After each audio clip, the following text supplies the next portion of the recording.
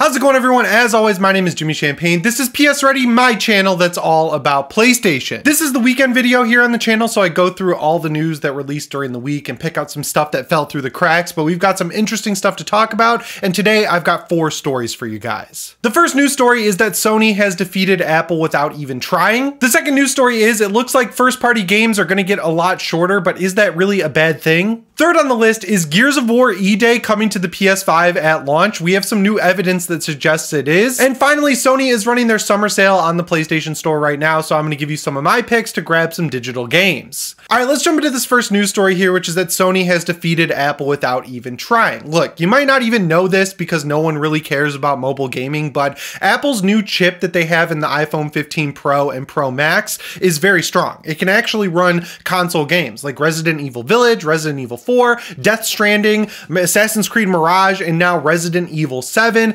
People were actually getting kind of excited about this, like the gaming press and everyone like that was like, whoa, your iPhone 15 Pro turned into a PS5 handheld while you weren't even looking. Now everyone's gonna go over and play their games on their iPhone with a backbone controller or a DualSense with a clip-on phone attachment. It's over for gaming consoles. And from the jump, when people were saying that, I was like, there's no way in hell that's going to happen, because even though I'm a little bit younger than a lot of these people, I grew up during the whole iPhone era. The first iPhone came out when I was in middle school, and they announced games when they released the App Store, and you know, they tried to do some console quality stuff. Some standouts that I played back in the day were Need for Speed Shift, which was awesome. It had first person driving, you used tilt controls and everything like that. I played the original Dead Space game, not the first Dead Space game. It was an original Dead Space game for mobile that was actually pretty good. The original BioShock released on mobile, and back then no one wanted to pay for their games. They drew a line in the sand and said $10 is just far too much. I want to play stuff that's free and sink tons of microtransactions into these games. That's what determined the way the mobile market works now, and that's why no one really plays games on their phone, right? Like the most I do is I emulate PSP and PS1 games on my phone with the backbone controller while I'm walking on the treadmill. I see people comment every time I say that, saying, oh, bro is playing games at the gym. No, I'm not. I have a treadmill in my house and I walk on it and I play games while I'm walking on the treadmill, and then I get on my bike and I go to the gym and lift weights. I don't bring the game system, my phone, with me to the gym. And regardless, every treadmill out there now has a giant iPad attached to it so you can watch Netflix or YouTube. What is different between that and me playing Symphony of the Night while I'm walking at a 3 speed and a 10 incline? I will give you a hint. Nothing. Anyway, yeah, I don't play mobile games that are designed for phones, and I accidentally bought Resident Evil 4 for the iPhone because it was like, oh, you might be interested in this. You can pre-download it for when the game comes out. And when I did that, and then it just randomly charged me $60 for Resident Evil 4 Remake on my iPhone. So I figured I'd give it a shot, and newsflash, it absolutely sucks. Like, it's a terrible experience. If you use the touch controls, they take up the entire screen, and even if you use a controller, you're never getting a constant frame rate. It's like 22 FPS at maximum, and it's running at like the lowest settings. So if the games don't even run that good or look that good, and when you play them on your phone without a controller that costs like $100, it's not a great experience. And it seems like I'm not the only one that feels that way, because we got the numbers on Resident Evil 7, which just released on the iPhone, and while 83,000 people downloaded it, around 2,000 people were convinced to actually pony up and pay the money to play this game on their phone, which I don't think I need to tell you is absolutely abysmal. Like, taking a step back, I can see the appeal of playing games on an iPhone from like the business side of people who would never actually do it, because they were like, oh, people have PCs and they do word processing, they do photo editing, they do video editing, they watch YouTube, but then they also make their PCs into a de facto game console with Steam, so why wouldn't people want to do that with their phone? First of all, battery life. Battery life is not great on iPhones. Like, if you have the Max version, which I do, it'll last pretty much through the entire day. Like, if I play some games while I'm on the treadmill and then watch YouTube or TikTok, or like use my phone to like look up news stories, I'm generally at like 50 or 60% battery by the end of the day. When I had the iPhone 14 Pro, not the Max one, I was lucky if I got through half the day with that battery. So like the idea of plugging a controller in and draining the battery life playing Assassin's Creed Mirage, not necessarily what I want to do with my phone, because I like having my phone next to me while I'm playing games games so I can listen to podcasts or text my friends or do anything I want to do on a phone. Then there's the fact that touch controls absolutely blow. Racing games are great on the iPhone because you can just use tap to steer, like you tap the left side of the screen or right side of the screen, and then acceleration is handled by the game itself. But like outside of that, I would never really play a first-person shooter because most of them have insane magnet aiming and things like that, so it doesn't even feel like you're playing. Like, I don't really feel like I need to go that deep on explaining why touch controls are absolutely abysmal on iPhones. But yeah, beyond all that, like I just said, the performance isn't even great. Like, if this thing was coming out of the fences running games at 60 FPS at PS5 settings, then I think you might be able to sway people a little bit into playing games on their phones. But I feel like phones can just be phones and gaming consoles can just be gaming consoles. I understand that it's cool for Apple to push the M1 chips to say, look, we've got Metal, it's a good translation layer for games to run on Macs and everything like that. I'm fine with my MacBook being a creative machine, like where I edit all my videos and like do thumbnails for my friend Jake Baldino and like make the thumbnails for PSReady and everything like that. And I'm also fine with having an additional gaming PC that's made for gaming, right? Like, I'm totally fine with that reality, and it seems like most people are. So while, yeah, when this was announced to begin with and we heard all these journalists coming out and saying, oh, Sony has something to be worried about here, like I said at the beginning of the segment, I was like, no chance. This is not going to happen because I've been through this. Like, this has happened so many times over the past couple of decades when mobile gaming became a thing. Like when BioShock was releasing and everything like that, and IGN was posting videos saying that like this is a console quality experience on the go. People just don't want that, and I totally don't blame them for that. So if you are worried about everything going to your phone in the future and like having to plug your phone into the TV to like output video and connect a controller to your phone, while that would be kind of cool just from a technological standpoint, I personally don't think we have anything to worry about because they put some pretty good games, right? Like, I love Resident Evil. It's probably my favorite gaming franchise ever. I will play them at most if we're talking about downscaled experiences from a PS5 or my gaming PC on my Steam Deck. I love playing Resident Evil 4 on my Steam Deck, but like, that's about as far as I will ever push it. So yeah, if you believe the hype, I'm sorry. It doesn't look like people have responded very well to games being on the iPhone. Maybe in 5 or 10 years when the chips are even better, we'll be looking back and saying, wow, the iPhone is a great place to play games. But right now, it's really not the best place to play games. But that brings us to the second news story, which is that games look like they're getting a little bit shorter, but I don't necessarily think that's a bad thing. We've been talking about this for months, that the biggest problem Sony is facing right now when it comes to game development is the absolute explosion of budgets when it comes to AAA games. Like Spider-Man 2, for example, we got the budget leaked for that game from the Insomniac hack, which leaked tons of stuff, including a full build of Wolverine. Basically, Spider-Man 2, the game, cost more or about as much as Avengers Endgame did to produce, right? With movies,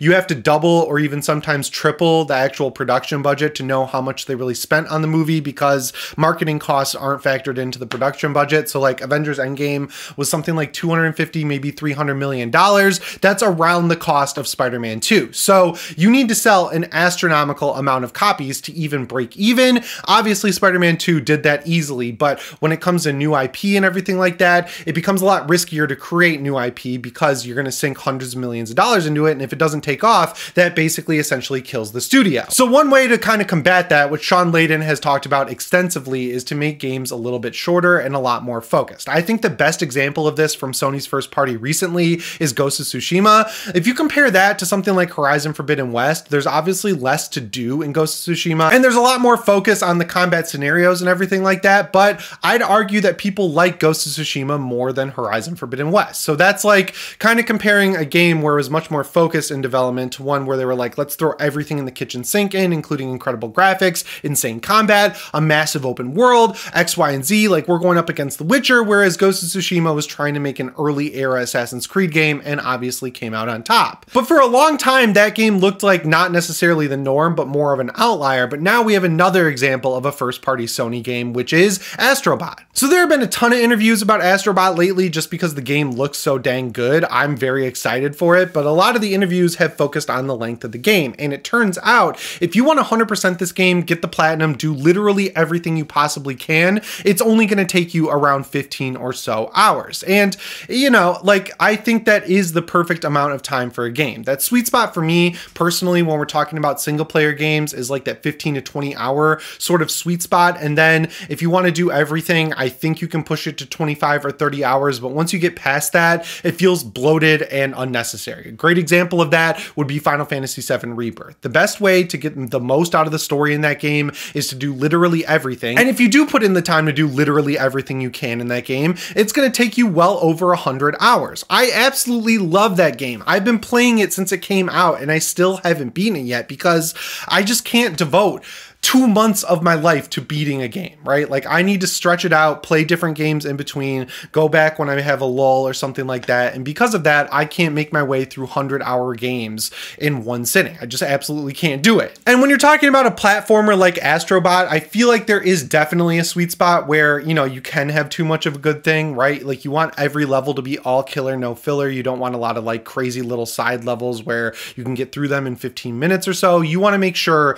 that everything in that game is the best it can be. And I feel like a great result of that is a game that doesn't waste your time. That's the worst thing ever, when a game just packs everything in and wastes your time, because it knows that like some people out there equate value in games to time spent on games. So they'll say, oh, this game is only 15 hours and it's $60. I feel like I should buy Call of Duty because while it is $70, which is $10 more, I can get an infinite amount of content from it because of things like Warzone and the multiplayer and everything like that. I see that argument kind of, but I don't necessarily agree with it, because some of the best games I've ever played were full price games that weren't necessarily super long. I definitely think it can go in the other direction though, with stuff like the Callisto Protocol, which was one of the first $70 games we got this generation. And I beat that game in 4.5 hours, which is abysmal, right? And there was really nothing to collect on second or third playthroughs. They did a lot of DLC for the game. I think they ruined it with the ending DLC and everything like that. But then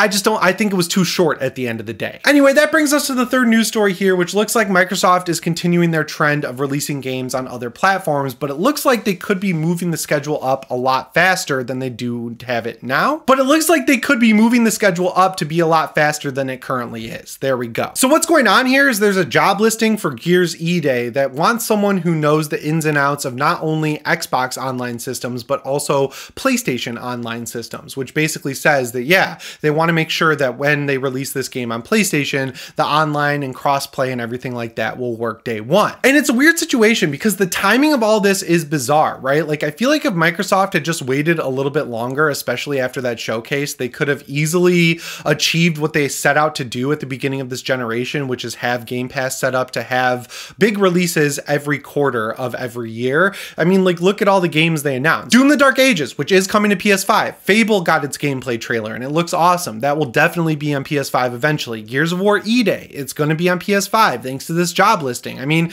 there's so many other games they announced, and I feel like all of those games could have once again achieved that vision of having a reason to buy an Xbox if they were exclusive. But I don't know, like if I have the option to play Gears of War E-Day on my PS5 day one, I'm definitely going to do that because my biggest library is already on PlayStation, even though if it wasn't released on PS5 day one, I probably would have bought it on Xbox because I have a Series X that I never use, and I would like to have a game that looks and runs awesome on that system. Anyway, that brings us to the fourth news story of today's video, which is that Sony is running a summer sale right now, and the deals are really good. The first one I want to highlight is one of my favorite games, Resident Evil Village. It's normally $39 for the gold edition, but right now it's on sale for $15. If you haven't played this game, $15 is so cheap that you just need to buy it. It's one of my favorite games from this generation. I know that's not really saying much because there haven't been that many next gen games, but like as far as the first person Resident Evil games go, it basically takes the first person aspects of Resident Evil 7 and mixes it with the tone and sort of look and feel of Resident Evil 4,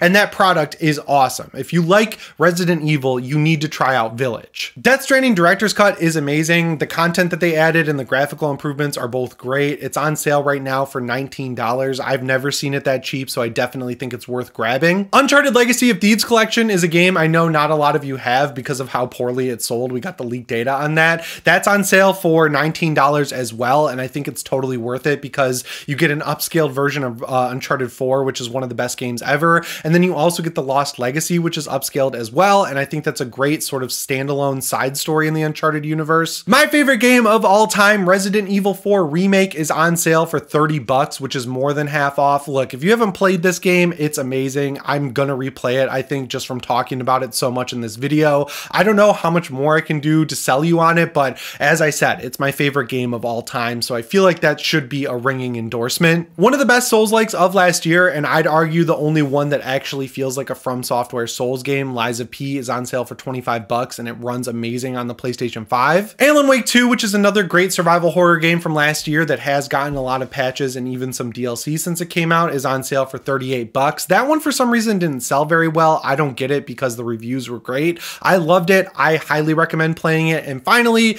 if you want to get into Elden Ring, like you're one of the 5 people who haven't bought it yet, it's on sale for a pretty cheap price at $41. So yeah, some good deals in the summer sale. Honestly, a lot of them beat out the Prime Day deals, but if you like physical games, I'm assuming you went with the Prime Day deals. Make sure you check Best Buy and Amazon for a lot of these deals because they generally will price match even the digital sales that Sony does on the PlayStation Store. So if you're like me and you like physical games, just make sure you go check that out because you'll probably be able to get the same prices, if not even better ones.